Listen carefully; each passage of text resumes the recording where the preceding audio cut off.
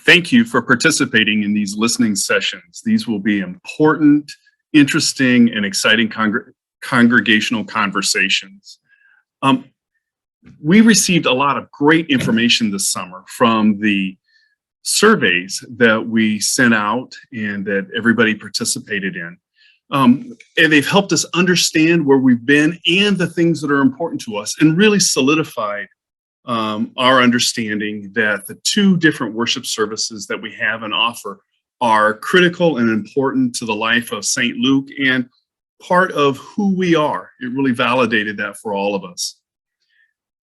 Surveys are good, but they're not a substitute for good conversations, because conversations allow us to share a lot more information and also listen to the interest and the opinions and the ideas of other people. So these listening sessions are going to give us an opportunity to talk and imagine our future as a congregation. Imagine down the road what's going to be important for us and how are we going to continue to grow and to be effective in ministry to our families that are part of the church now, but also to others who may be interested in us in the future. One of the things I think we've learned from the last 18 months, our experience with this pandemic, has been the importance of streaming our services for everyone. I can think back to people who have been members of the church over the last 9 years, some of whom moved away from Omaha 5, 6, 7 years ago, who I think would have stayed connected to our congregation if we would have had the opportunity and expertise to stream our services to them. In fact, some of them over the last 18 months we've heard from because they have rediscovered us as a congregation. There's really two important questions that we're going to consider in these listening sessions. One is, can we imagine having both worship services in the same space? The other is, it's related, but really doesn't hinge on the answer to the first question, is what would we like to do to refurbish, remodel, and improve our worship space, the sanctuary? The sanctuary is the last place to have been remodeled or refurbished since it was first built. And we have the opportunity at this time to figure out if there are things that we'd like to do to make it better as we come out of this pandemic time. The first question is important because it creates the opportunity for us to think about what might be created in the future.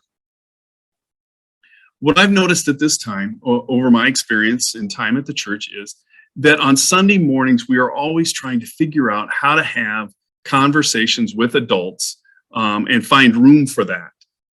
Before we were separated by this pandemic, on Sunday mornings, we would rush to kind of push people out of the room so that we could move the tables and chairs, so that we could pull the wall, so that Chuck or somebody before him could begin a class or a conversation. It always felt like we were pushing people out. Also, having the great room set up all the time for Sunday morning worship really limits the other things that we can do during the week and on the weekend, because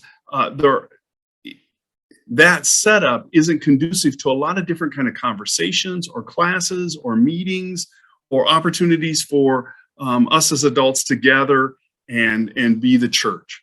And so if we could consider and figure out a way to open that space up throughout the week, it would allow us to create other kinds of programs and other opportunities. Another thing that would happen if we were able to worship in the same space would be that we would only need to buy one new AV system of equipment. I think there'll be a time in the church where we will want a system that doesn't require somebody to stand up in the middle of the worship space and move, focus, and point the camera. And if we're in the same space, we only need one camera. If we're in two, we'll need to duplicate that equipment, and there will be the added cost of that.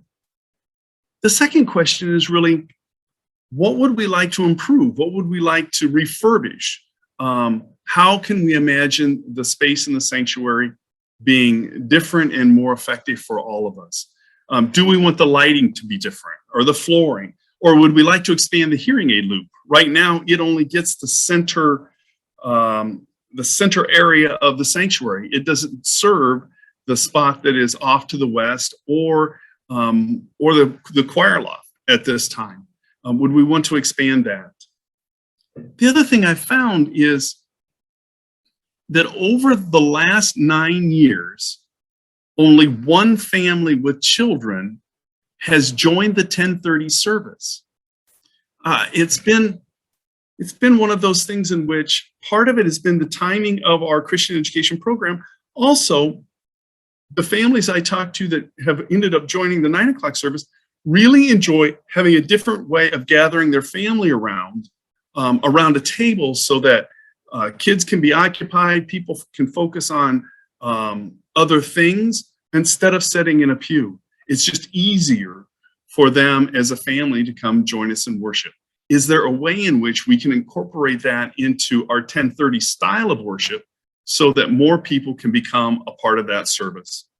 Now, all this discussion as it goes forward, if we decide to make changes in the sanctuary, we'll need to form a special building committee to think about, talk about, consider what it is we would like to do. Now, their conversations will certainly be in collaboration with other folk in the congregation as we gather people's interests and ideas and desires. We might even need to hire outside experts to come in and help us as we think through, well, what kind of lights would be the best? What kind of flooring will last the longest? How could we change things to make the acoustics better, or all sorts of things? I think that I don't even know all the things that we may consider. But we have a special building committee, much like we had when we refurbished the great room and the CDC rooms and all of that, to help make a plan that we then, as a larger congregation, would consider and then figure out how to support. This is an exciting time for us. It's a difficult time for us too, because we so much want to be back together and just have things more like normal. And yet we have this opportunity to help us make decisions that'll be beneficial for us 5, 10, 15, 20 years down the road. This is really an opportunity for us to set ourselves up to be better in the future, rather than just trying to reproduce how we have been in the past. Thank you for being a part of these conversations. I hope you enjoy your time as you share your ideas and hear the ideas of others.